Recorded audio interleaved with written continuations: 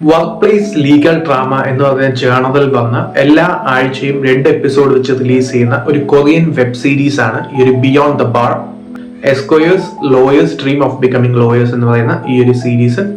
നേരത്തെ പറഞ്ഞ തന്നെ വർക്ക് പ്ലേസിൽ നടക്കുന്ന സംഭവം, ആ ഒരു പ്രൊഫഷണൽ സ്പേസിൽ എന്തൊക്കെയാണ് നടക്കുന്നത്. സോ ഒരു അറ്റോർണിയുടെ അണ്ടറിൽ വരുന്ന ഇന്റേൺസിന്റെ കഥയാണ്. ആ ഒരു ഇന്റേൺസിൽ തന്നെ ഒരു പെൺകുട്ടിയുണ്ട്. ആ ഒരു പെൺകുട്ടിയും ഈ ഒരു വളരെ സ്ട്രിക്റ്റ് ആയിട്ടുള്ള ഒരു അറ്റോർണിയും തമ്മിലുള്ള ആ ഒരു പോയിന്റ് ഓഫ് വ്യൂവിൽ നിന്ന് ഫോക്കസ് ചെയ്യുന്ന ഒരു സ്റ്റോറിയാണ് ബിയോണ്ട് ദ ബാർ എന്ന് പറയുന്ന ഈ ഒരു സീരീസിന്റെ പുതിയ എപ്പിസോഡിൽ ഓരോരോ പുതിയ കേസുകളാണ് വരുന്നത്. ഇതൊരു ലീഡിംഗ് അറ്റോർണി ഫേം ആണ്.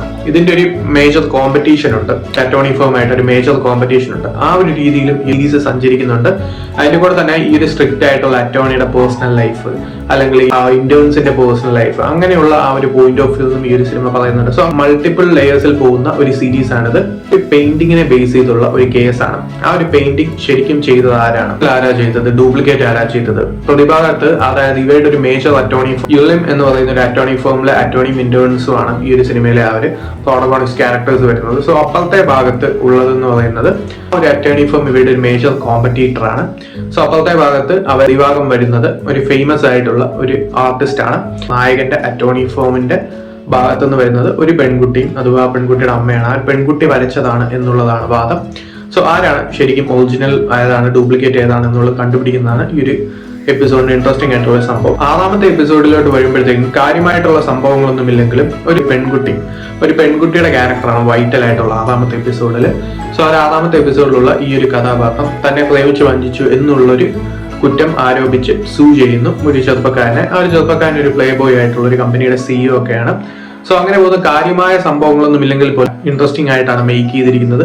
അതിന്റെ കൂടെ തന്നെ ഈ ഒരു 2 എപ്പിസോഡുകളിലും വൈറ്റൽ ആയിട്ട് ഇവയുടെ ഒരു മെയിൻ സംഭവം വരുന്നുണ്ട്, അതായത് ഈ ഒരു മാനേജ്മെന്റ് മാറുന്നത്. സോ അങ്ങനെ ആ ഒരു ഫോക്കസിൽ കൂടി ഈ ഒരു സീരീസ് പോകുന്നുണ്ട്. കാരണം അതിലെ പൊളിറ്റിക്സ് പറയണം. സോ അങ്ങനെയുള്ള രീതി നമ്മളിപ്പോൾ വർക്ക് ചെയ്യുന്ന ഒരു കമ്പനിയിലെ പൊളിറ്റിക്സ് ഉണ്ട്, അതുപോലെ തന്നെയാണ് ഇവിടെയും വരുന്നത്. സോ അവർ മുകളിലിരിക്കുന്ന മാനേജ്മെന്റിന് ഉണ്ടാകുന്ന പ്രശ്നങ്ങളും സോ അവരിന്ന് ഈ ഒരു എംപ്ലോയീസും തമ്മിലുള്ള പ്രശ്നങ്ങൾ പോലെ തന്നെ കുറെ സംഭവങ്ങൾ ഈ ഒരു സീരീസും ഫോക്കസ് ചെയ്യുന്നുണ്ട്. സോ അതാണ് ഈ ഒരു വർക്ക് പ്ലേസ് ലീഗൽ ഡ്രാമ എന്ന് പറയുന്ന ജേർണലിനോട് 100% നീതി പുലർത്തുന്ന പീസാണ് ഈ ഒരു beyond the bar esquires lawyers dream of becoming lawyers എന്ന് പറയുന്ന ഈ ഒരു സീരീസ്. സോ ഇന്ന് 7ാമത്തെയും 8ാമത്തെയും എപ്പിസോഡ് ഇന്നും നാളെയുമായിട്ട് റിലീസ് ആവും. കൊറിയൻ വെബ് സീരീസ് എപ്പോഴും നമുക്കറിയാം വളരെയധികം ഗംഭീര നറേഷനും പുതിയതായിട്ടുള്ള ഇന്നോവേറ്റീവ് ആയിട്ടുള്ള സംഭവങ്ങൾ ഒരു സീരീസും സിനിമകളും ഒക്കെയാണ് ആ ഒരു ഇൻഡസ്ട്രിയിൽ നിന്ന് വരുന്നത്.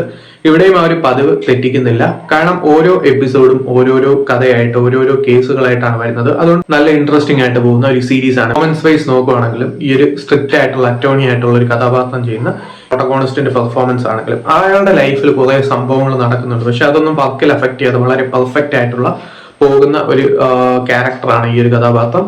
സോ അങ്ങനെ പോകുന്ന നല്ല ഡയലോഗ്സും അതുപോലെ തന്നെ നല്ല പെർഫോമൻസും ഒക്കെയുള്ള ഒരു സീരീസ് ആണ് ബിയോണ്ട് ദ ബാർ.